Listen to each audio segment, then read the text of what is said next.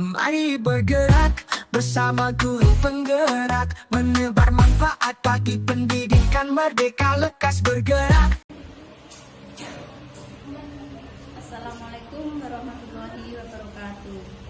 Pada kesempatan kali ini saya akan melakukan praktek coaching supervisi akademik bersama rekan saya Bu Ika Fitriawati, guru kelas 5. Pada kesempatan kali ini saya akan melakukan tahap awal supervisi akademik, yaitu pra-observasi. Berikut adalah kegiatan pra-observasi yang saya lakukan bersama Ibu Ika Fitriawati. Assalamualaikum warahmatullahi wabarakatuh. Selamat pagi Bu Ika. Waalaikumsalam warahmatullahi wabarakatuh. Selamat pagi juga Bu Sulis. Bu Ika, boleh saya meminta waktu Bu Ika sebentar? Oh iya Bu Sulis, kebetulan saya tidak sibuk. Baik Bu, saya akan melakukan kegiatan pra-observasi seperti yang sudah saya sampaikan kepada Bu Ika kemarin, bahwa saya akan melakukan supervisi akademik di kelas Ibu. Tujuan supervisi akademik ini untuk membantu Bu Ika sebagai guru untuk mengembangkan dan meningkatkan kompetensi Bu Ika. Jadi kita akan mengobrol santai, dan kesempatan kali ini kita akan melihat sejauh mana kesiapan Bu Ika dalam melaksanakan kegiatan pembelajaran. Nah Bu Ika, dari obrolan kita ini nanti, kira-kira apa yang Ibu Ika harapkan? Dari kegiatan ini saya berharap saya dapat mengembangkan kompetensi saya sebagai guru dan khususnya dalam kegiatan pembelajaran. Baik Bu, semoga saya dapat membantu Bu Ika. Kalau boleh saya tahu, besok Ibu akan memberikan materi apa? Besok saya akan memberikan materi tentang menemukan unsur-unsur intrinsik. Oh iya, terus apa tujuan pembelajaran yang ingin Ibu Ika sampaikan besok? Tujuan yang ingin saya sampaikan yaitu peserta didik dapat menganalisa jenis-jenis teks fiksi atau non-fiksi, menemukan unsur-unsur intrinsik yang ada pada teks, dan mampu menuliskan unsur-unsur intrinsik tersebut. Nah, sehubungan dengan hal tersebut, apa saja persiapan yang sudah Ibu Ika lakukan? Saya sudah menyiapkan perangkat pembelajaran seperti RPP, media pembelajaran, LKPD, dan evaluasi. Oke, sudah lengkap sekali perangkat Bu Ika. Nah, terkait dengan hal itu, apa kesulitan atau hambatan yang Ibu Ika dalam menyampaikan materi pembelajaran besok? Di dalam kelas itu kemampuan siswa yang berbeda-beda. Ada yang gampang menerima materi dan ada juga yang sulit dalam memahami materi. Terkait dengan itu, apa strategi yang Ibu Ika akan lakukan dalam mengatasi kesulitan tersebut? Saya akan menggunakan media pembelajaran berupa video dan PPT. Oh, berarti Bu Ika sudah sangat mempersiapkan media pembelajarannya. Ya.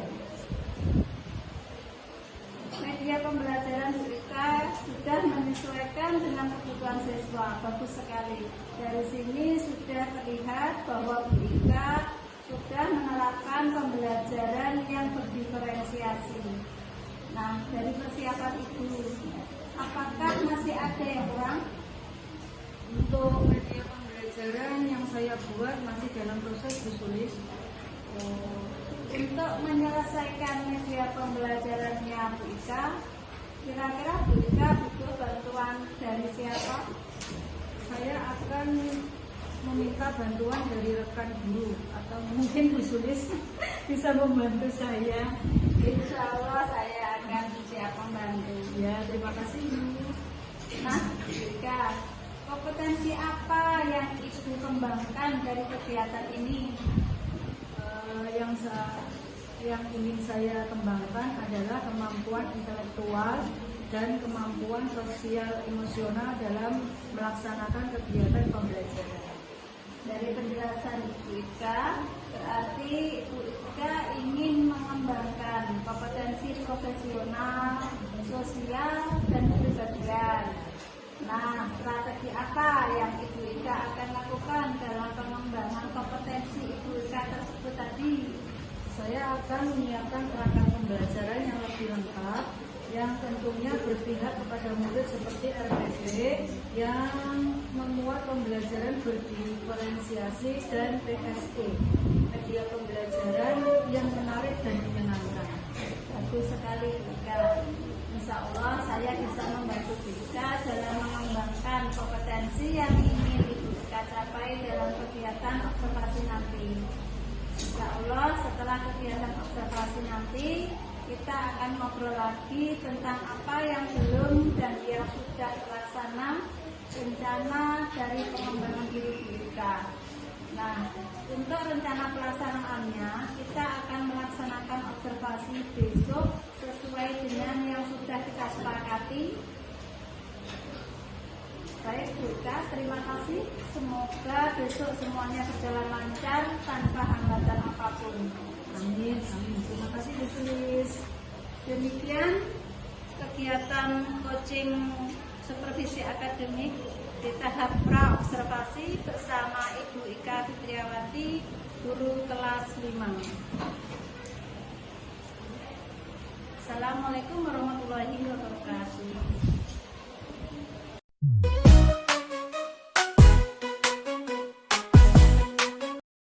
Selamat pagi anak-anak. Assalamualaikum warahmatullahi wabarakatuh.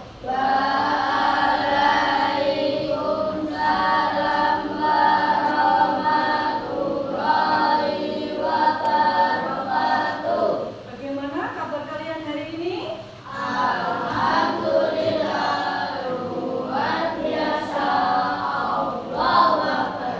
Iya. Apakah kalian hari ini sehat? Apakah kalian hari ini bahagia? Alhamdulillah. Karena kita hari ini diberikan kesehatan, kebahagiaan, maka pada hari ini kita harus bersyukur. Mengucap apa ya? Alhamdulillah. Pada hari ini kita diberikan kesehatan, kebahagiaan, bisa berkumpul dengan teman, dengan Bu Ika, ya. Nah, kita belajar bersama di dalam ruang kelas ini. Nah, ya. Nah, terlebih dahulu Bu Ika akan mengabsen. Coba dilihat kanan dan kirinya, siapa yang tidak masuk? Kenapa? Oh, sakit. Ya, ada suratnya? Di? Oh iya, oh ini. Ya. Ya. Adelia. Yoga.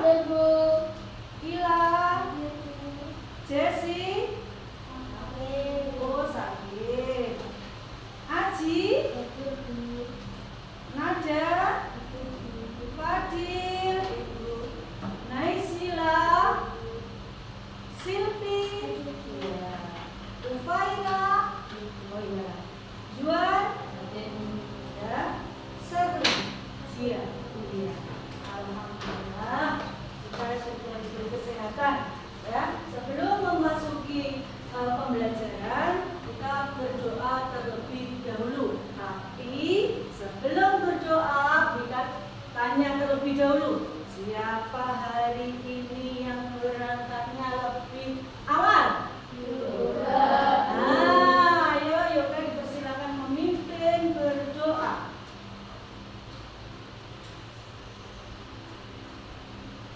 Persiapan berdoa. Berdoa mulai. Bismillahirrahmanirrahim.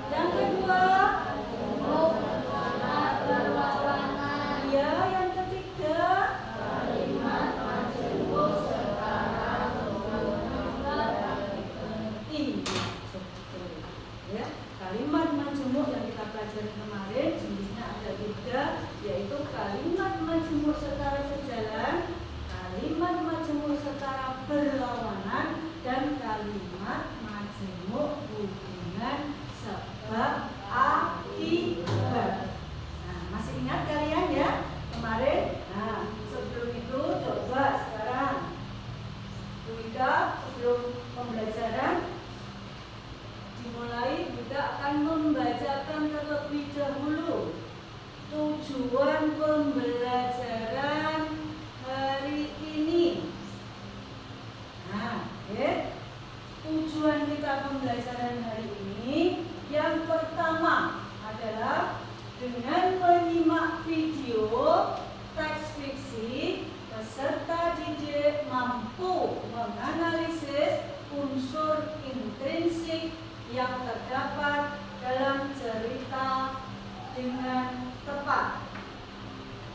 Yang kedua adalah dengan menyimak video teks fiksi, peserta didik mampu menjawab pertanyaan secara lisan tentang teks fiksi dengan tepat.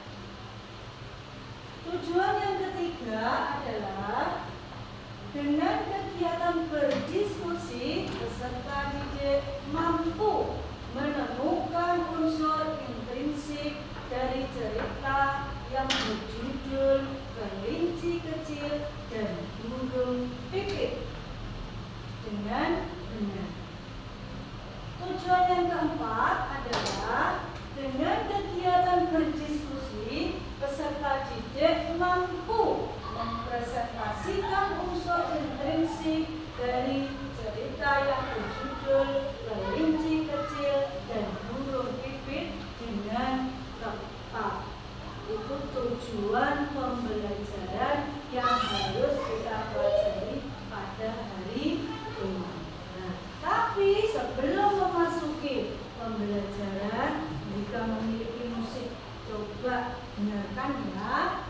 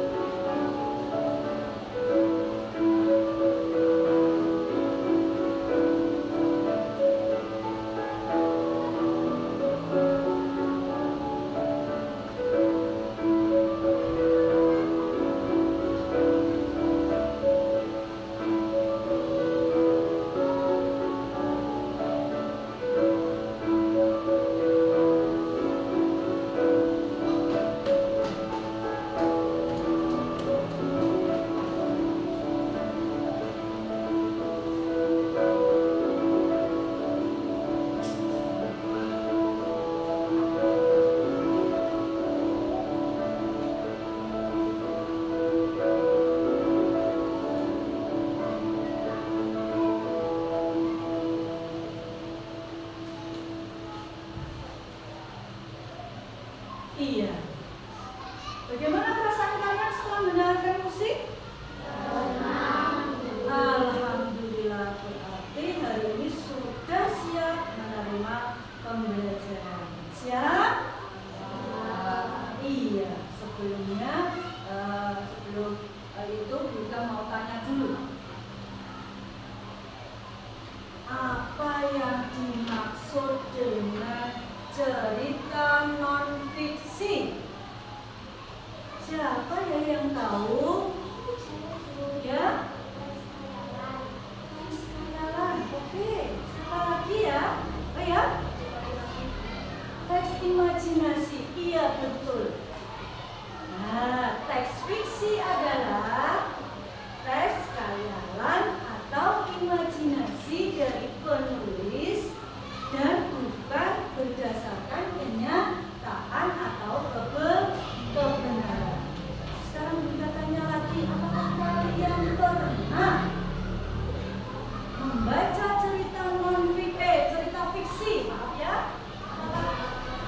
Pernah atau tidak membaca teks fiksi?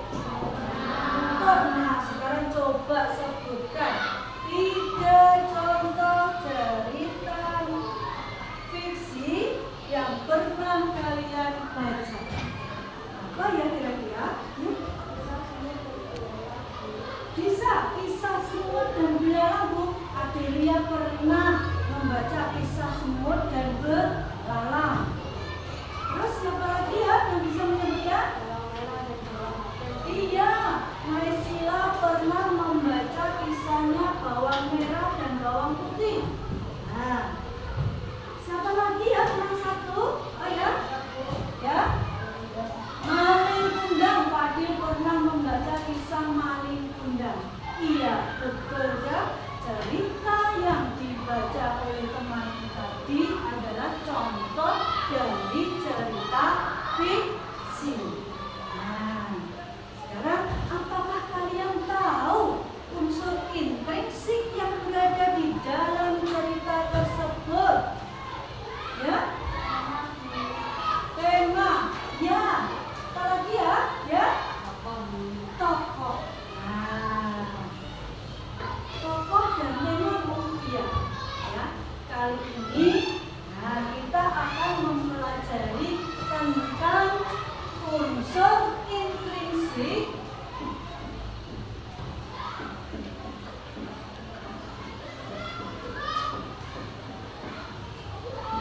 dalam cerita. Oke. Nah, kali ini kita akan mempelajari tentang unsur intrinsik dalam cerita. Sekarang coba kita lihat. Apa itu unsur intrinsik? Nah, ya. Unsur intrinsik dalam sebuah cerita adalah unsur yang membangun sebuah cerita dari dalam. Itu yang disebut dengan unsur intrinsik. Nah, terus apa saja unsur intrinsik itu? Nah, yang pertama adalah tema. Tema merupakan suatu gagasan pokok atau ide pikiran dalam suatu cerita. Disebut dengan apa? Disebut dengan apa? Tema. Itu yang pertama. Nah, sedangkan unsur intrinsik yang kedua adalah tokoh dan penokohan. Ya.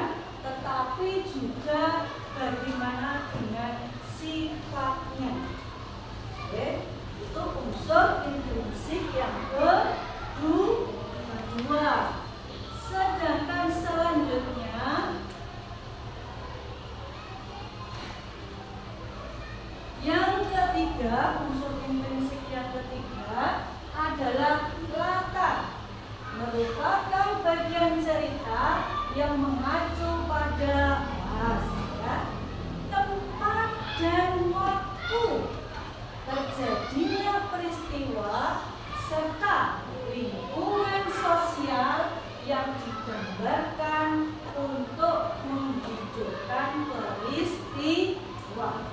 Jadi latar tidak hanya tempat saja, tetapi bisa juga berupa waktu. Waktu apa, Bu? Waktu peristiwa terjadi. Disebut dengan apa tadi? Latar. Betul. Nah, selanjutnya adalah unsur intrinsik yang keempat adalah amanat. Merupakan pesan kebaikan.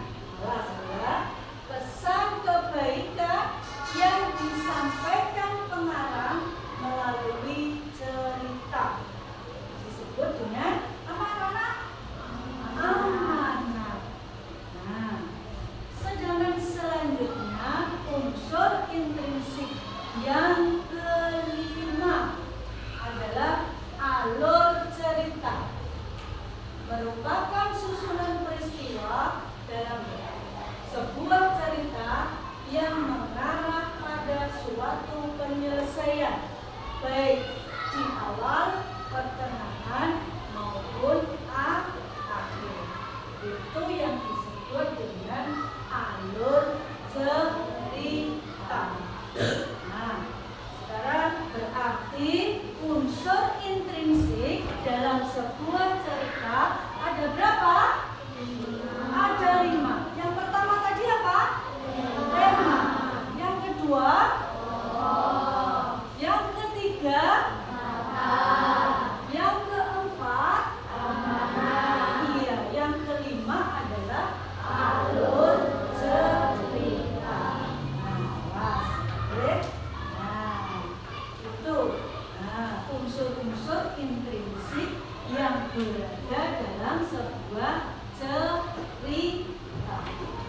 Jadi kalian kalau membaca cerita harus tahu unsur-unsur intrinsik yang berada di dalamnya. Nah, coba sekarang kita memiliki video, nanti diamati, dilihat, ya. Nah, nanti akan kita tanya.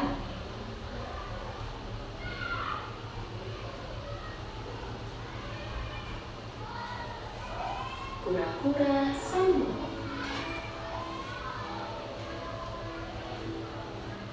Di sebuah danau hiduplah seekor kura-kura yang senang sekali memandangi langit luas. Ia membayangkan dirinya dapat berada di atas sana.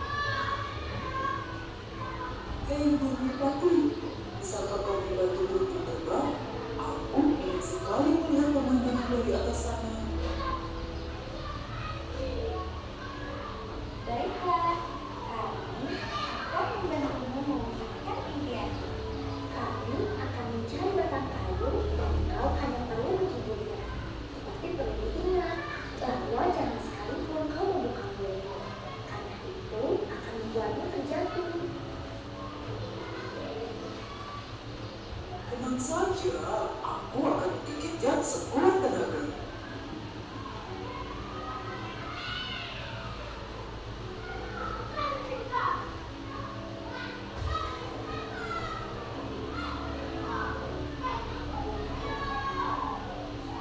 Setelah menggigit batang kayu, sepasang burung merpati letut pun memegang kayu di masing-masing ujungnya, lalu mulai mengepakkan sayapnya.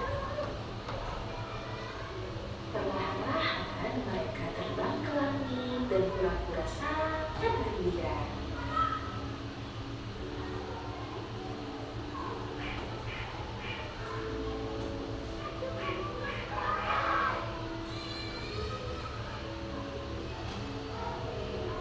Kura-kura lain yang melihatnya dari bawah mendecak kagum dan berteriak kepadanya.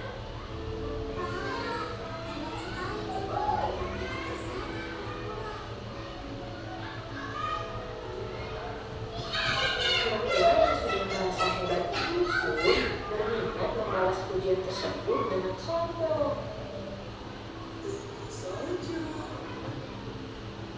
Kura-kura lupa dengan pesan burung merpati. Ketika ia membuka mulutnya, gigitannya terlepas. Alhasil, kura-kura pun terjatuh ke tanah.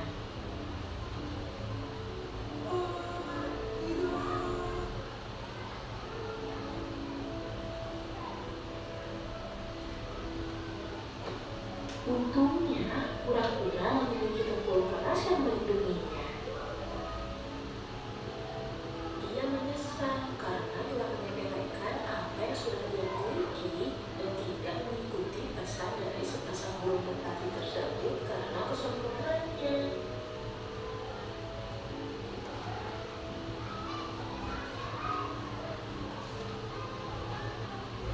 Iya. Sekarang Wika tanya, apa ya isi video tadi? Ya, sombong. Iya, pura-pura yang sombong. Nah, apa ya judulnya kira-kira? Pura-pura yang sombong. Iya, pura-pura yang sombong. Nah, siapa ya tokohnya? Ya? Iya, betul nggak salah? Iya, kura-kura dan dua burung merpati. Nah, bagaimana ya sifatnya?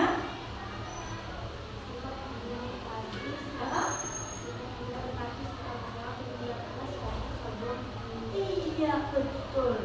Nah, kura-kuranya sombong. Dua burung merpatinya suka membantu. Sekarang apa ya amanat yang terkandung dalam video tersebut? Ya? Iya. Nah, kita tidak boleh menyombongkan diri dengan kelebihan kita. Boleh tidak ya kita menyombongkan diri? Tidak boleh. Nah, ya, kita tidak boleh menyombongkan diri dengan kelebihan yang kita miliki. Nah, sekarang Bunda tanya, apakah tempat duduk kalian sudah sesuai dengan kelompoknya? Nah, sekarang Bunda akan membagikan lembar kelompok. Nah, ya, nanti jangan lupa diberi nama kelompoknya masing-masing. Nanti didiskusikan dengan kelompoknya. Nanti kalau sudah selesai bisa dipresentasikan di depan. Nah, silakan didiskusikan. Jangan lupa nama kelompoknya, ya, ditulis. Nah, nanti yang sudah bisa dipresentasikan, salah satu mewakili. Nah, itu mempresentasikan di depan. Silakan.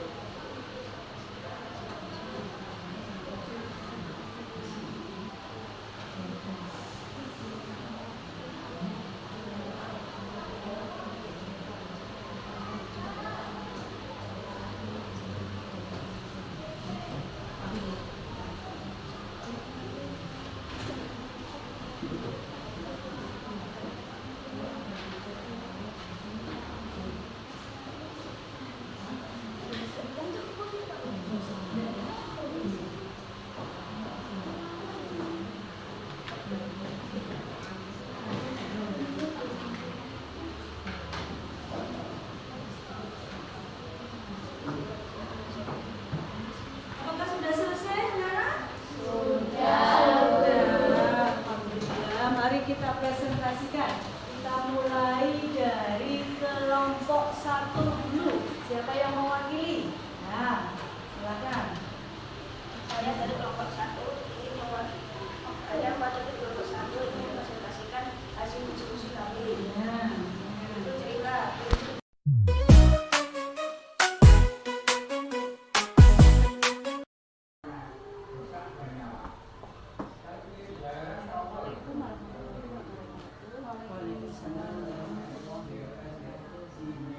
Alhamdulillah, Bismillah, saat ini kita sudah masuk ke bulan yang ke-25. Jadi hari ini nanti untuk pendampingan ke-25 kita bersama Ibu Ika selaku guru kelas 5. Jadi kemarin memang sudah melakukan observasi bersama Ibu Ika, sudah melakukan percakapan observasi. Saat ini bersama dengan saya Lestari SPP selaku penasihat praktik dari Ibu Sulistiawati Kementerian. Jadi nanti saya akan bersama dengan saat melaksanakan dialog pasca observasi. Jadi untuk tema pendampingan kita kali ini adalah rancangan program yang berpihak pada murid. Untuk fokus pendampingan kita ada 3. Yang pertama adalah refleksi penerapan aksi nyata modul 3.1. Yang kedua adalah diskusi rancangan program yang berdampak untuk murid.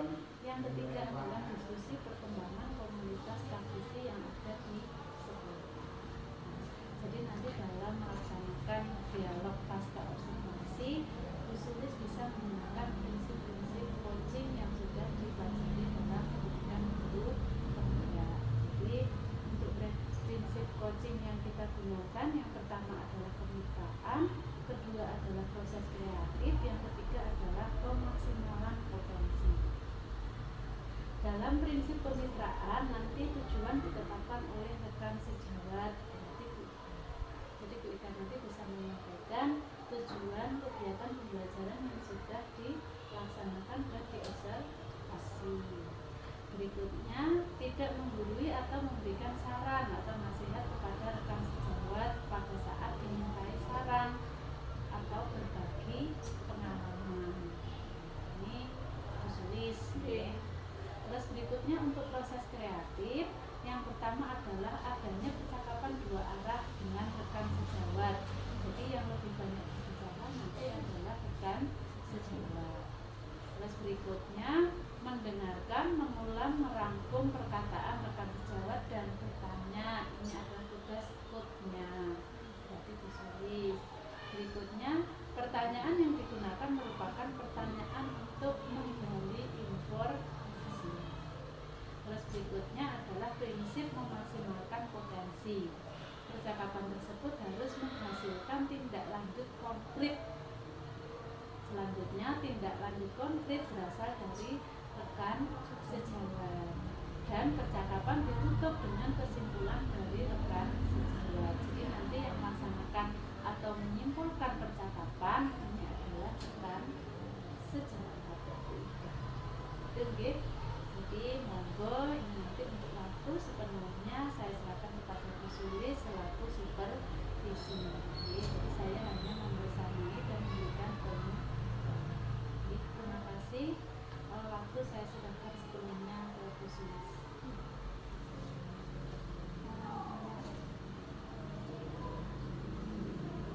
Assalamualaikum warahmatullahi wabarakatuh. Waalaikumsalam warahmatullahi wabarakatuh. Bagaimana kabarnya hari ini, Buka? Alhamdulillah sehat dan baik, Bu. Alhamdulillah. Baik, Buka. Jadi kegiatan pasca observasi ini tujuannya adalah saya ingin mengajak Bu Ika ngobrol lebih banyak, terkhususnya pada kegiatan yang sudah Ibu Ika lakukan kemarin, yaitu kegiatan pembelajaran di kelas 5. Sebelum saya sampaikan beberapa catatan yang saya buat, ada beberapa pertanyaan yang ingin saya tanyakan. Boleh ya, Bu? Boleh. Baik. Untuk yang pertama, bagaimana perasaan Bu Ika setelah melaksanakan kegiatan pembelajaran alhamdulillah sedikit puas karena ada hal-hal yang masih belum sempurna. Iya. Ada yang belum sempurna ya Bu ya? Iya. Lalu bagaimana perasaan Bu Ika setelah kemarin itu saat melaksanakan kegiatan pembelajaran dengan adanya seorang supervisor di dalam ruang kelasnya? Iya, sedikit tegang Bu. Karena ada seseorang yang mengamati, tetapi alhamdulillah di perjalanan selanjutnya bisa berjalan dengan lancar dan tidak tegang lagi. Kemudian untuk proses pembelajarannya Bu, untuk yang model pembelajaran PBL juga sudah dilaksanakan ya? Untuk pembelajaran kemarin alhamdulillah sudah sesuai dengan perencanaan yang sudah saya buat. Begitu juga dengan untuk tujuan pembelajaran juga sudah saya sampaikan. Ya, ini juga di catatan saya juga sudah Ibu sampaikan di pra-observasi juga sudah tampak semua, terkhusus untuk sentak PBL. Kemarin anak juga sudah mengikuti diskusi, membuat proyek presentasi, juga sudah evaluasi. Nah, pertanyaan selanjutnya Bu, terkait dengan hambatan pada proses pembelajaran kemarin yang Bu Ika laksanakan, apakah ada hambatan yang terjadi? Ya, hambatan yang terjadi kemarin mungkin karena kemampuan siswa yang berbeda, sehingga ada beberapa siswa yang mungkin cepat menangkap materi pembelajaran dan ada juga yang masih sulit dalam menangkap materi pembelajaran. Kemudian selain itu, apakah ada hambatan lain Bu Ika mungkin dari segi siswanya?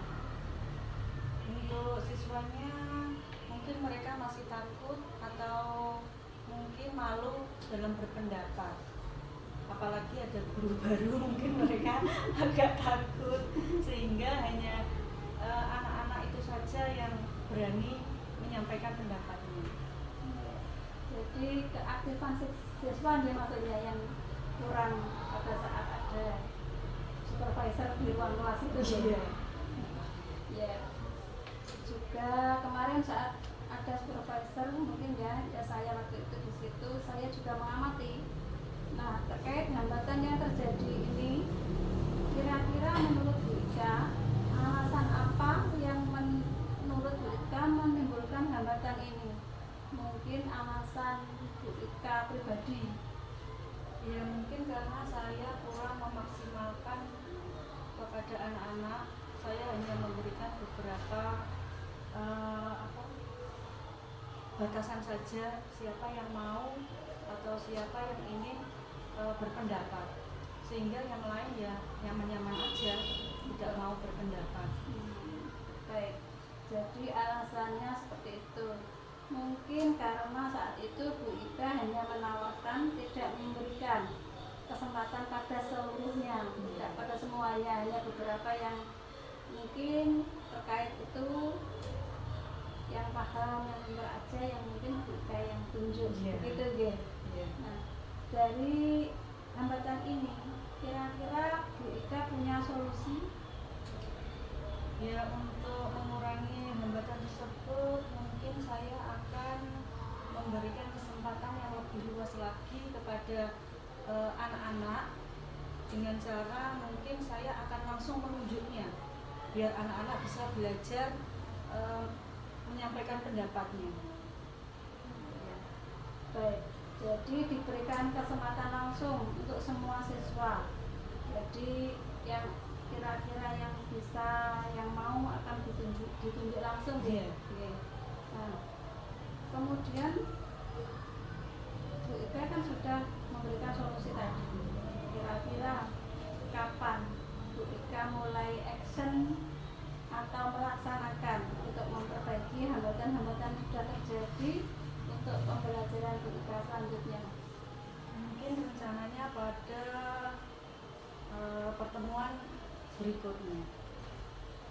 setelah sesudah itu bisa diterapkan dari hasil evaluasi pada pertemuan yang kemarin itu. Ya, sangat luar biasa sekali juga. Dari apa yang Bu Ika laksanakan kemarin, ketika saya amati memang secara catatan berdasarkan hasil perbincangan kita di praobservasi, alhamdulillah semua ada dan tampak, mulai dari penyampaian tujuan, strategi, model pembelajaran. Cuma ada beberapa hambatan yang tadi Bu Ika sampaikan juga terlihat.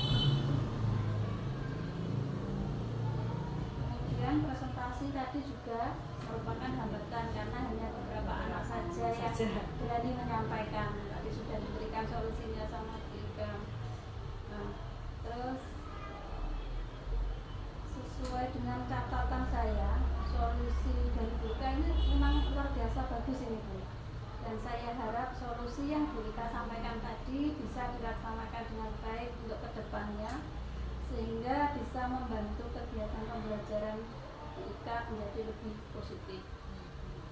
Apalagi pembelajaran Bu bisa lebih mendukung potensi siswa, bisa berpihak pada murid, digali, ya, dan memaksimalkan potensi siswa. Baik, cukup itu pertanyaan yang saya sampaikan hari ini. Saya mengucapkan terima kasih banyak karena Ibu sudah bersedia untuk saya observasi.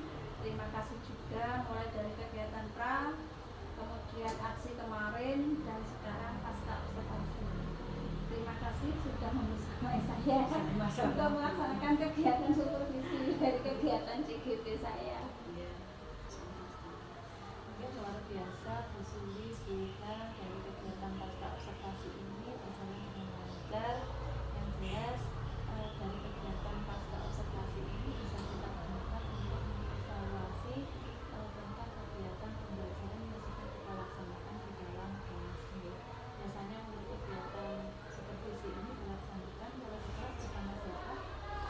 Kepala sekolah.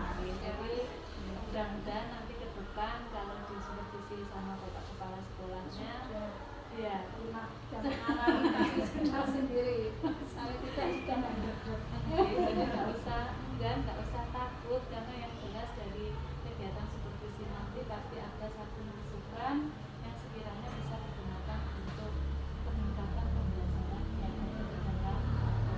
Biasanya kalau Bapak Ibu guru mengalami satu hambatan, satu tantangan, nanti bersama Bapak Kepala sekolah akan mengirim kunjungan untuk mendapatkan solusi yang terbaik. Yang jelas solusi tersebut biasanya karena guru kelas itu yang paling hafal ya, dengan karakteristik peserta didiknya, sehingga kebutuhan belajar yang diberikan itu apa, yang jelas kita nanti akan lebih paham. Jadi nanti harapan saya ke depan Bapak Bu Sulis jangan enggan berbagi praktik baik dengan rekan sejawat, baik dalam kegiatan tidak hanya kegiatan pembelajaran ataupun kegiatan yang lainnya. Jadi kalau punya nanti, oh Bu saya dapat ilmu ini yang baru, monggo silakan ditularkan kepada rekan sejawat. Dari rekan sejawat juga seperti itu, jangan enggan misalkan tidak tahu kita tanya yang lebih tahu.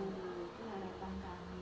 Jadi memang ini adalah keterampilan coaching, adalah satu keterampilan yang harus dimiliki oleh seorang pemimpin pembelajaran. Terima kasih Bu Ika atas waktunya. Senang sekali hari ini saya bisa membersamai penjenengan berdua. Mudah-mudahan nanti setelah kegiatan CGP ini kita juga tetap sambung ya, karena ini sudah kegiatan kita yang hampir terakhir. Hampir terakhir, nanti saya sudah tinggal satu kali ke lagi kesulitan.